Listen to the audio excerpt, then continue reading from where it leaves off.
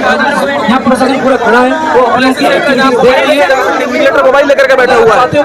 Centre 500-500 kilometre दूर है यहाँ। तो ये बहुत बुरी व्यवस्था है हमारे देश की, और हमारा दुर्भाग्य है कि यहाँ सारी तैयारी जाकर के कीबोर्ड के आगे फेल हो जाती है। स्टूडेंट बोल रहे हैं जो स्टेनो की आंसर की आई है, तो जो ऑप्शन पहले थे अब वो ऑप्शन ही नहीं है, चेंज कर दिए गए। हुआ क्या कि जैसे मान लीजिए मैंने ऑप्शन नंबर ए टिक किया था, फिर मैंने बाद में यहाँ पर ऑप्शन नंबर सी टिक कर दिया, तो अब वही आ रहा है जो पहले टिक किया था, और ये गलत है। जैसे ऑप्शन में बच्चे ने पहले ए टिक किया, फिर बाद में सी कर दिया, पर उसने ए ही माना।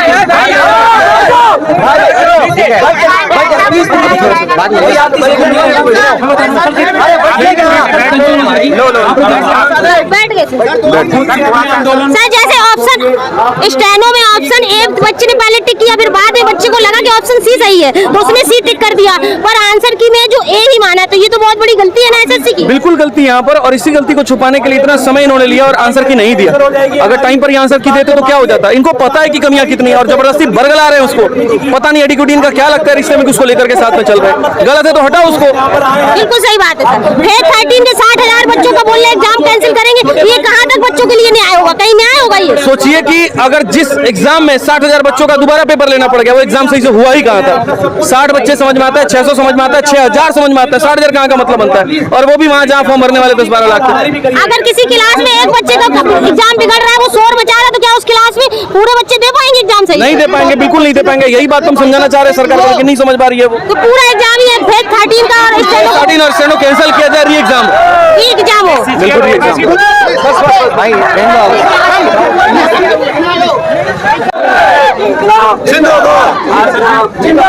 छात्रों के लिए और प्रोटेस्ट टीचर भी आ रहे हैं, छात्रों को क्या प्रोटेस्ट ही करना पड़ेगा जिंदगी भर? भाई नहीं सर, इस बार सब आ जाए, एक बार सब इकट्ठे हो जाए, पूरा ठीक हो जाएगा, फिर दोबारा नहीं आना पड़ेगा।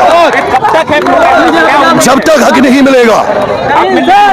अरे सर ले लेंगे हक, छीन लेंगे। अच्छा थोड़ा सा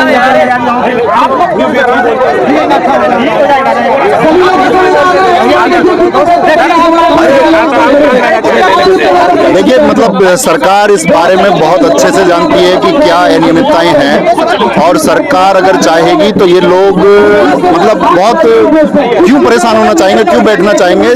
लोग यहाँ इसलिए बैठना चाह रहे हैं क्योंकि सरकार जानते हुए भी चुप रहना चाहती है, और इतना चुप रहना चाहती है कि वो बच्चों की चिंता उसको बिल्कुल नहीं है कि कितना विवश वो हो रहे हैं। यहाँ सभी टीचर्स को चल के आना पड़ा, सभी स्टूडेंट्स को चल के आना पड़ा।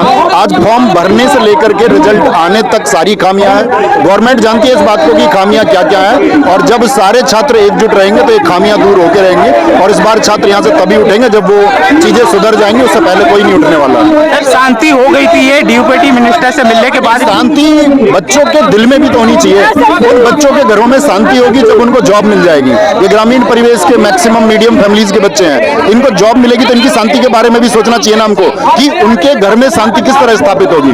अगर आप उनके घर में शांति स्थापित नहीं कर पा सकते हैं तो फिर ऐसी सरकार का क्या अर्थ है?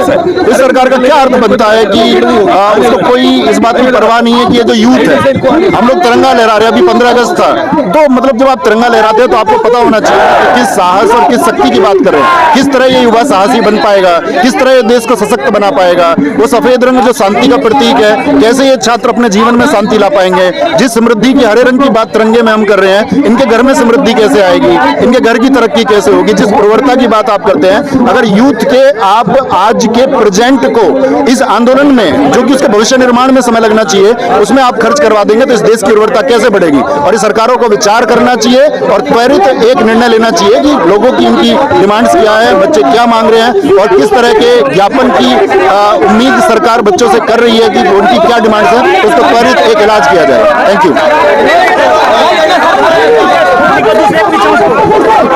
कि आज हमारे बीच ये सारे बच्चे हैं, वो बच्चे जो पीड़ित हैं, और मैं जानती हूं कि आपका दर्द आपसे अच्छा कोई नहीं समझ सकता। आगे गिर जाएगा यार।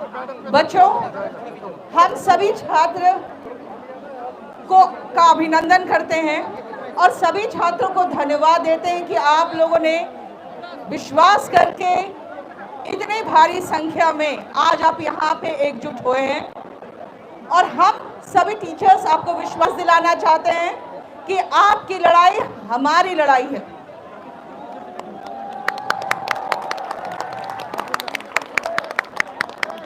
आज सुबह से मैं बहुत परेशान थी क्योंकि मेरे बेटे की भी तबीयत ठीक नहीं है, उसे भी हाई फीवर था।